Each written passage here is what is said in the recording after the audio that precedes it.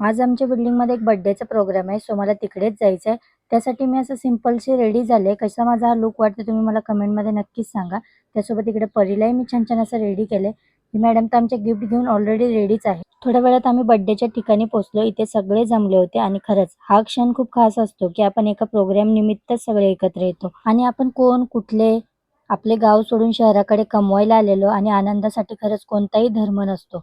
इकडे birthday boy तो खूपच चांगल्या मूडमध्ये होता. सोबतच त्यांनी मस्त असा केक कट केला आणि डेकोरेशन तुम्ही तर बघतायच.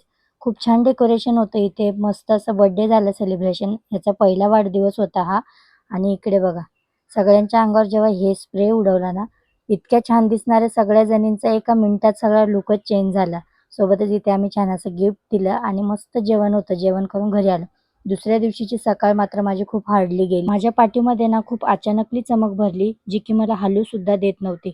कसं तरी स्वतःला सावरत दिवस काढला. डॉक्टरकडे जाऊन आली, इंजेक्शन गोळ्या वगैरे घेतल्या आणि ना इकडे शेजारीच माझ्या आत्याची मुलगी राहते, तिचं पारायण चालू होतं. तेच मी बघायला गेली होती आणि हिला पारायण करताना बघून ना माझ्या मनामध्ये काय माहिती, पण इतकं पक्कं झालंय ना, की मी 7 दिवसाचं का होईना पारायण नक्कीच करेल आणि जेव्हा पण मी पारायण स्टार्ट करेल ना, त्याचे मी शॉर्ट व्हिडिओ सोबतच लाँग व्हिडिओ तुमच्यासोबत शेअर करेल.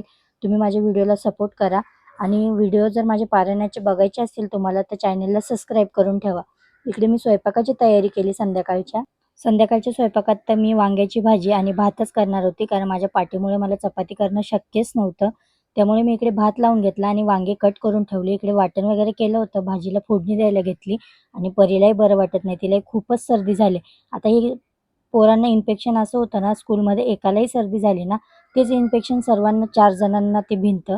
त्यामुळेच ना परीच्या स्कूलमध्ये पण कोणाला तरी सर्दी वगैरे झाली असेल, त्यामुळे तिला पण ना खूप जाम सर्दी आणि सर्दी आली म्हणजे ताप तर येणारच. हे सगळं एक कॉमनली झालंय आणि हे ना परी सध्या तर खूपच आजारी पडायला लागले. 1 महिनाभर नाही पलटत तर आजारी आणि त्यांच्या आजारपणात ना त्यांच्या आजारपणाच्या विचाराने आपणच जास्त आजारी पडतो. इकडे मी वांग्याच्या भाजीला छान अशी फोडणी देऊन दिली.